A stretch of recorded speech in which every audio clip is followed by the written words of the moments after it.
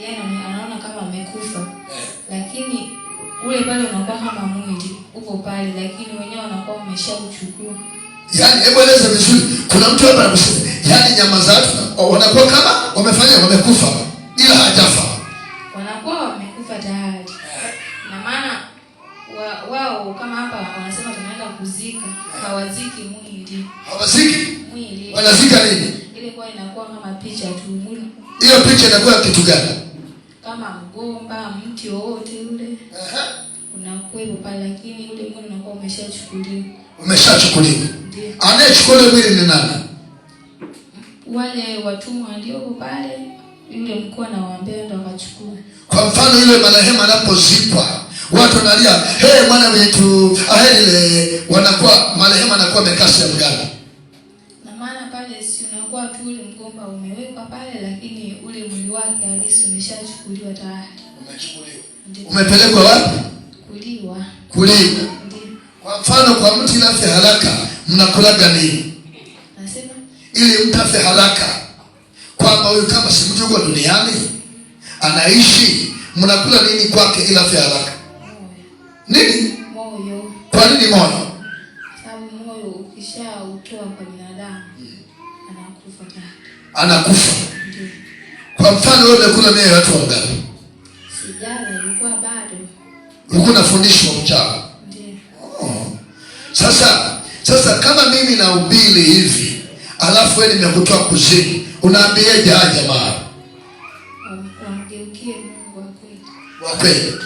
Kwa mfano wale ambao wanaigiza kuokoka, usiku wakiwa wamelala na wafanyaje?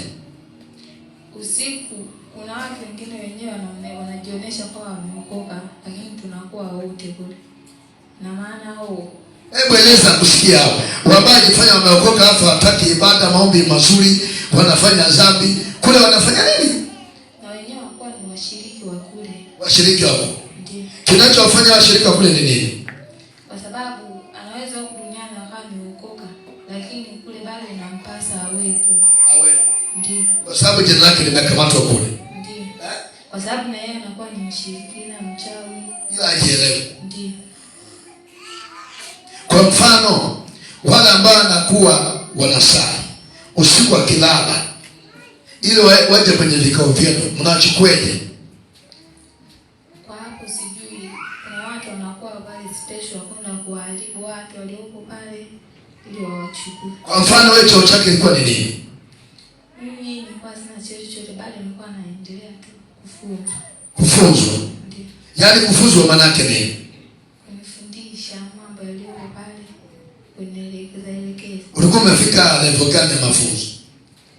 Ilikuwa ni hali ilikuwa ni bado. Mama aliniambia mpaka nifanikiwe kumtoa mtu mmoja. Mmoja. Ndiyo. Walipanga umtoe nani? Baba. Babako mzazi. Ndiyo. Na hapa ipo baba mzazi? Hayupo. Nasikia. Mbona kama mnasikia? Kwa mfano wale wanauma matumbo hawazai, inakweje? Wanakuwa wamechukua kizazi chao. Wamepeleka hapa? Wamepeleka kule. Kinafanya nini kule? Wanazalisha vitu ambavyo wanataka wao. Kwa mfano unazalisha nini kule unapotaka? Kwa mfano wakiona damu wameishiwa. Wakiona damu imeishiwa wanachukua kizazi cha mtu. Ndiyo. Kile kizazi kinafanya nini? Kwa hapo sijui, lakini wakikichukua kile kinakuwa na damu. Kinakuwa na damu. Ndiyo. Kwa mtu ambaye mzai damu asitoke, amechukua vizazi vyenu huyu hapa. So mimi nilikupanga. Hapana. Hapana. Sikiliza, la pili mimi.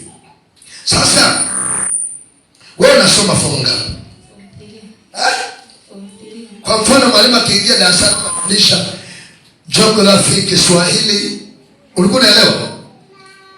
Kuna muda unakuwa unaelewa kidogo, lakini akishafika pale au akiona kama mwalimu anafundisha pale, anafika pale, kuna namna anaitumia, unaondoka mawazo ya pale. Ya pale. Ndiyo. Kwa hiyo ulikuwa unaondoka pale.